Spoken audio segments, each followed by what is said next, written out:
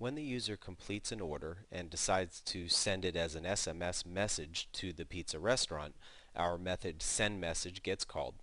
And at line 469, we begin by creating an intent called broadcast intent and using our constant pizza.broadcast string as the argument to the constructor for the intent, and that is the action, if you will, the string piece of information that identifies this intent.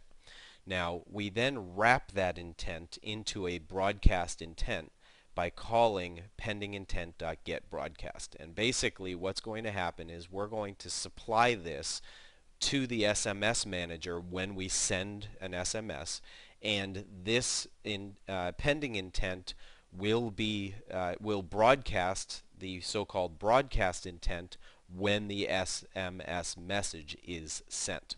We can also set up a delivery intent that will be broadcast when the message is physically delivered if we wanted to as well. So the pending intent receives as its parameters the context from which we're executing the intent, request code, and most importantly the third argument, which is the intent that will be broadcast when the pending intent finishes execution. That pending intent is going to be executed as part of the SMS message sending. Now, the SMS manager we get by calling getDefault on class SMS manager. Then at line 477, we send the text message to a specified phone number, and you must define that phone number here in the strings.xml file.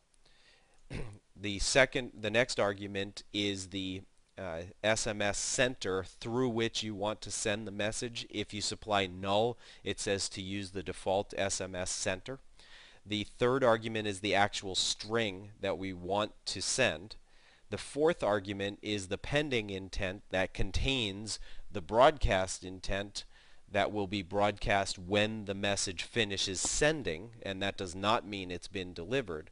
We supplied null for the last argument, but this could be another pending intent that is going to broadcast another message when the SMS is actually physically delivered as well. So we could have had our app set up to be notified when that occurs.